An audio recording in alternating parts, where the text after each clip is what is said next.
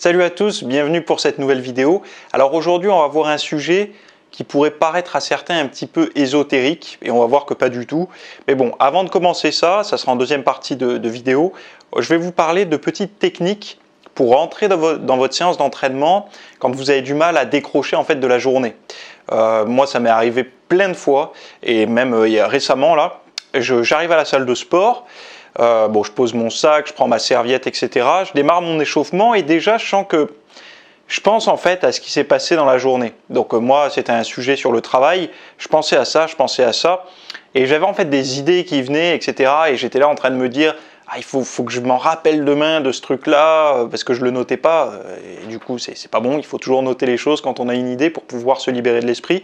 Bref, et j'étais là et ma séance avançait et je me rendais compte que j'étais pas dans ma séance de sport. J'étais à moitié dans le futur, un petit peu, entre guillemets, en essayant de penser à ce que j'allais faire le lendemain, et j'essayais tant bien que mal de faire ma séance.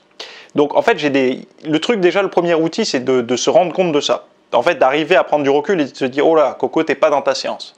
Donc ça vient assez rapidement quand on sent que la séance, elle se passe pas correctement, quoi. Et à partir de là, je vais vous donner 3 petites choses à faire, qui sont du concret, hein. C'est pas de la visualisation ni rien, ça on verra plus tard. Là, c'est vraiment plus du concret. Donc déjà, moi ce que j'avais, en fait, là il faut vraiment des précautions. C'est-à-dire que dans tous les cas, il faut bien vous échauffer, etc. Mais il y a quelque chose que vous pouvez faire après votre échauffement qui est de choisir comme premier mouvement, donc un mouvement de base, admettons, un nouveau mouvement. Pourquoi un nouveau mouvement? Parce qu'en fait, les mouvements pour lesquels vous êtes déjà habitué, vous arrivez plus ou moins à les faire de manière automatique. Alors qu'un nouveau mouvement, ou même un mouvement que vous faites d'habitude, mais là, depuis quelques mois, vous ne l'avez pas mis dans votre programme, ça va en fait vous demander un petit peu plus de concentration. Pourquoi? Parce qu'en fait, l'équilibre de la barre, etc., enfin, vous allez devoir fournir plus d'effort mental pour pouvoir faire ce mouvement-là. Parce qu'il est moins automatique que les autres.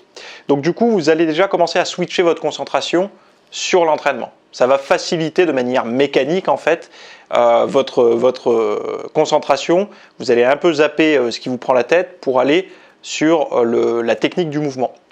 Plus le mouvement est entre guillemets compliqué et dangereux, plus c'est intéressant. Pourquoi? Parce que le côté risqué, la peur, par exemple quand on se met sous une barre à squat ou un soulevé de terre, de ne pas avoir le dos bien placé, etc., ça va demander de l'attention. On n'a pas envie de se faire mal. Enfin, j'espère que vous êtes dans cette psychologie-là. Donc du coup, on va avoir l'attention qui va encore doubler. Donc déjà, un mouvement nouveau, et si possible, un mouvement qui vous fait un peu peur, que vous maîtrisez, mais qui vous fait quand même un peu peur. Toujours avec toutes les précautions. Autre chose, rentrez fort dans la séance. C'est-à-dire que quand je dis rentrer fort dans la séance, c'est après votre période d'échauffement. Ne cherchez pas à enfiler des perles ou à suivre un nombre de répétitions. Allez fort. Allez fort, allez fort. Voilà. Il faut vraiment que votre effort soit très intense. De manière à déjà que durant votre période de repos, vous ayez pas grand-chose, enfin, que votre période de repos vous sert réellement à vous reposer. Et pas que vous n'ayez pas la liberté de pouvoir faire autre chose. Parce que justement, vous êtes essoufflé, etc. Donc voilà déjà deux choses à faire pour entrer dans votre séance. Après, il y a quelque chose qui peut être intéressant aussi, c'est de vous mettre une musique qui vous entraîne. Alors, une musique qui vous entraîne, c'est pas une musique forcément que vous aimez. Il y a diverses musiques. Il y a des musiques, par exemple, on n'aime pas parce que ça énerve, etc.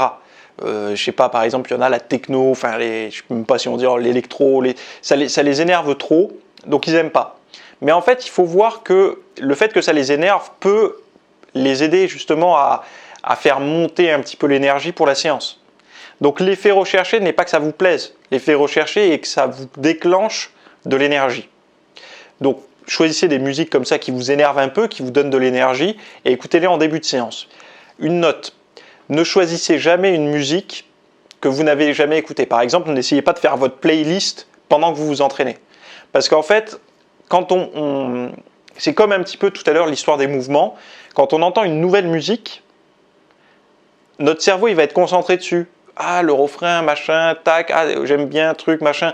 Et du coup, on est un petit peu moins focus. Alors que dès que c'est quelque chose donc on a l'habitude d'écouter, quelque chose qu'on a l'habitude d'écouter, on n'aura pas cette attention. En fait, on connaît déjà le morceau de A à Z et on sait qu'il nous déclenche à tel moment telle et telle sensation. Donc voilà 3 petits outils que vous pouvez faire.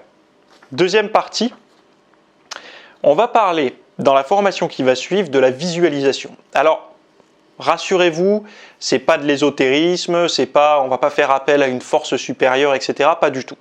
Même si je respecte complètement ce domaine, c'est pas quelque chose qui moi m'apporte. Et ce qui m'a apporté, c'est les techniques de visualisation, les techniques d'optimisation du potentiel, etc. utilisées par les forces armées.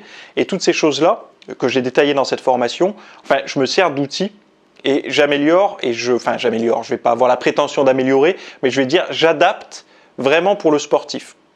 Donc si vous avez envie d'utiliser un petit peu la visualisation, alors c'est pour le sport, mais aussi pour d'autres domaines de votre vie. Hein. On peut l'utiliser un petit peu pour ce qu'on veut, pour améliorer. Et en fait, il y a quelque chose d'intéressant, et ça c'était Michel Jouvet, alors qui est décédé aujourd'hui, mais pionnier dans le monde du sommeil, surtout, c'est lui qui a découvert le sommeil paradoxal, enfin qui l'a mis en lumière. Il examinait beaucoup les chats, parce que les chats ce sont des gros dormeurs. Et un chat, en fait, quand il est dans sa phase de croissance, il se balade dans la maison. Bon, moi j'ai un chat, vous l'avez déjà vu sur les vidéos VIP, il traîne un petit peu partout. Quand il y a un obstacle, par exemple, il doit monter sur un meuble ou sur une chaise ou quoi, il ne le fait pas d'un coup. C'est-à-dire qu'il ne va pas tester immédiatement, il va voir la chaise, il va monter. En fait, il va hésiter. Il a envie d'aller là-haut, mais il ne sait pas trop comment faire. Et en fait, c'est durant la nuit, enfin durant ces périodes de sommeil, durant les rêves, en fait, il va visualiser. Il va se voir en train d'effectuer le saut pour monter. Ça, c'est les travaux de... Michel Jouvet en parlait alors, c'est dans un ouvrage, je crois, ou dans une conférence. Non, je crois que c'est dans un ouvrage. Il visualise finalement sa réussite. Il visualise le fait de réussir. Et le lendemain, en fait, quand il teste, son système nerveux, il a déjà, en fait, perçu l'effet que ça faisait de réussir, de sauter sur le meuble ou quoi. Donc nous, en fait, on va travailler là-dessus, mais pas comme les chats, évidemment, avec des techniques un petit peu plus concrètes. En fait, le but de la formation, là, c'est qu'à la fin, on voit en troisième partie, il y a des exercices à faire. Donc il y a toute une fiche. Hein. Là, il y a la formation, et après, il y a toute une fiche d'exercices à faire. Que vous pourrez imprimer ou télécharger, de toute façon elle sera disponible avec, de manière à ce que vous ayez des outils concrets à la fin et pas que du blabla où vous allez savoir qu'il faut faire ci, qu'il faut faire ça. Non, là vous allez vraiment avoir les exos. Voilà, donc tous ceux qui sont intéressés par cette vidéo et pas que par les 3 petites astuces pour entrer dans sa séance, allez voir directement le lien en description, et puis pour tous les autres, on démarre maintenant.